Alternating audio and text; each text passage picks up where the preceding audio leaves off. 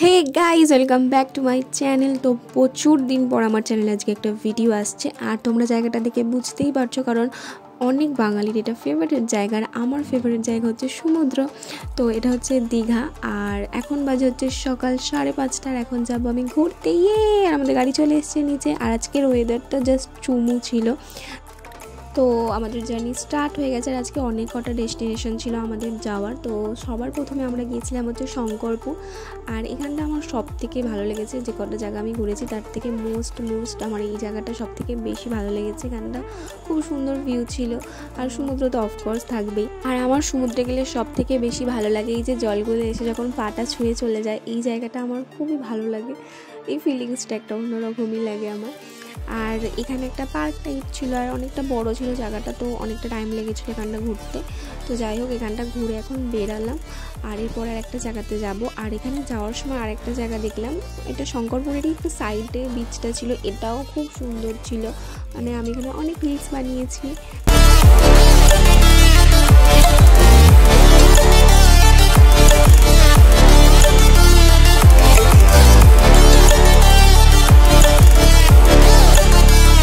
তো এবারে চললাম অন্য আরেকটা জায়গাতে, যেখানে আমি আমার মনটা রেখে এসেছি, সেটা হচ্ছে মন্দারমণি। তো মন্দারমণি নিয়ে কী বলবো ইয়ার, এখানে এনভায়রনমেন্ট, হাওয়াতে একটা প্রেম প্রেম ভাব, মানে আলাদাই একটা ব্যাপার আছে মন্দারমণিতে। আর এটা হচ্ছে তাজপুর, এটাও ভীষণ সুন্দর একটা জায়গা ছিল, ভীষণ সুন্দরভাবে সাজানো ছিল। জায়গাটা দেখেই মনটা ভালো হয়ে গিয়েছিল, আর স্পেশালি এই দিকটা, মানে এই জায়গাটা আমার খুব খুব খুব ভালো লেগেছে। আর এখানে অনেক ফটোজ তোলার জায়গা ছিল, বাট আমার সেভাবে তোলা হয়নি, কারণ আমি ফ্যামিলির সাথে গিয়েছিলাম, আমার ফটো ভিডিও করে দেওয়ার লোকজন ছিল না সেইভাবে।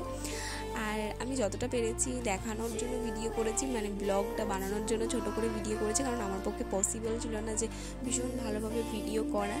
তো খুব ছোট ছোট ফুটেজগুলো, বাট আমি চেয়েছি একটু ভিডিওটা করে রাখতে, যাতে আমিও পরে এগুলো দেখে নিজে এনজয় করতে পারি, আর তোমাদের সাথে সবার সাথে এটা শেয়ার করতে পারি।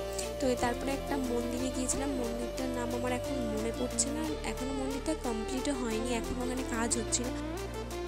তো তারপরে আমরা হচ্ছে অ্যাকোরিয়ামটাতে গিয়েছিলাম, যেখানে সামুদ্রিক অনেক প্রাণী বা অনেক জীব যেগুলো এখানে রাখা ছিল, অনেক প্রকার মাছ ছিল, মানে যেগুলো আমি কখনো আগে দেখিনি। তো ওগুলো দেখে খুবই ভালো লেগেছে, বাট ওখানে ভিডিও অ্যালাউড ছিল না।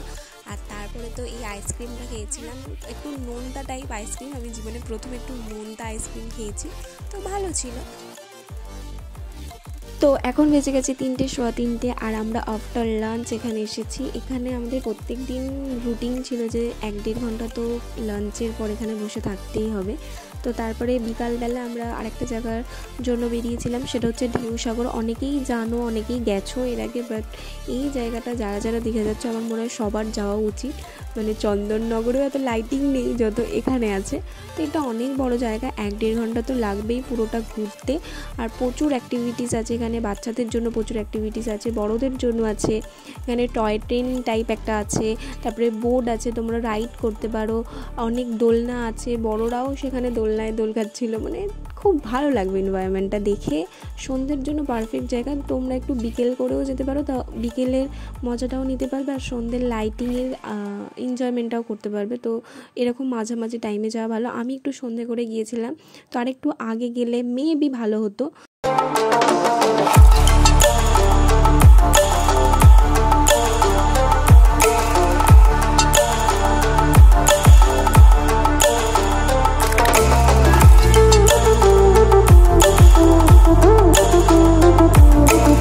তো এখানটা ঘুরতে ঘুরতে এই কাউন্টারটা আমার চোখে পড়লো, সেই ফেমাস আইসক্রিম, এইটার কি নাম আমি জানি না, এটা দিতে চায় না এই আইসক্রিমটা। আর এখানে প্রচণ্ড ক্রাউড হয়ে গেছিলো এটা দেখার জন্য, আমিও দাঁড়িয়ে পড়েছিলাম। আর এটা হচ্ছে সেই ফেমাস টয় ট্রেনটা, যেটার কথা আমি আগে বলেছি।